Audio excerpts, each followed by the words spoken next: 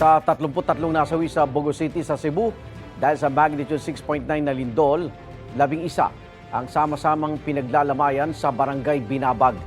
Kinuwento ng kanilang kaanak ang naging naranasan nilang nang mangyari po ang lindol. May unang balita live si Fe Marie Dumabok ng GMA Regional TV. Fe? Igan, dito tayo sa bakanting lote ng Sitio Filomena sa Barangay Binabag kung saan pinaglalamayan ang 11 nasawi na magkakaanak at magkapitbahay nang mangyari ang magnitude 6.9 na lindol dito sa Bogo City. Matatawag na isang bayani ang 17 years old na si Lady Jane Itang. Nailigtas niya kasi ang kanyang mga magulang at 3 kapatid, kabilang ang bunso nilang sanggol. Nakalabas na sana siya ng kanilang bahay noong lumindol, pero bumalik para tulungan ang mga kaanak. Naghihinagpis man dahil sa pagkawala ng anak. Labis daw na nagpapasalamat ang mga magulang sa ginawa ni Lady Jane. Tinawag kami lahat ng papa niya, yung bibi namin. Sabi niya, "Pa, ma, si Bibi, anuhan nyo, dapaan nyo."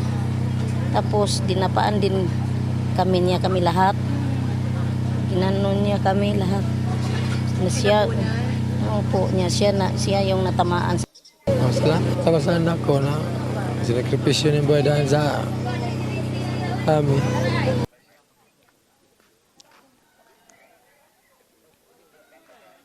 Hindi naman matanggap ni Mark ang nangyari sa kanyang 2 anak na lalaki, edad 10 at 5 taon. Wala siyang nang mangyari ang lindol dahil nagtatrabaho sa Cebu City. Tinangka pa raw iligtas ng kanyang asawa, ina ng 2 bata, pero napuruhan pa rin sila ng mga bumagsak na bato. Ang ina ang nagtamo ng mga sugat sa katawan at mukha. Sobrang sakit, ma'am. Hindi ko matanggap sa ngayon. Pero unti-unti yung anuhin lang, ma'am, na makaya ko.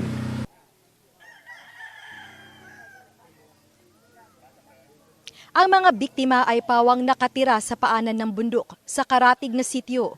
Nadaganan ang kanilang mga bahay ng malalaking bato na gumulong galing sa bundok. Igan, may natanggap man ng mga tulong ang mga nasawi at kaanak nito galing sa gobyerno, pero patuloy na panawagan nila na sana matulungan silang ma-relocate, lalo na ang mga kaanak ng mga nasawi, upang makapagsimula silang muli ng kanilang buhay. Nakatakdang sabay-sabay na ilibing ang 11 mga nasawi ngayong Miyerkules. Samantala, Igan, patuloy na nararanasan ang mga aftershocks dito sa Bogo City. Ngayon nga lang nakatayo tayo rito, 2 malalakas na aftershock na ang ating nararamdaman. Igan? Maraming salamat at ingat, Fe Marie Dumabok ng GMA Regional TV. Igan, mauna ka sa mga balita, mag-subscribe na sa GMA Integrated News sa YouTube para sa iba't ibang ulat sa ating bansa.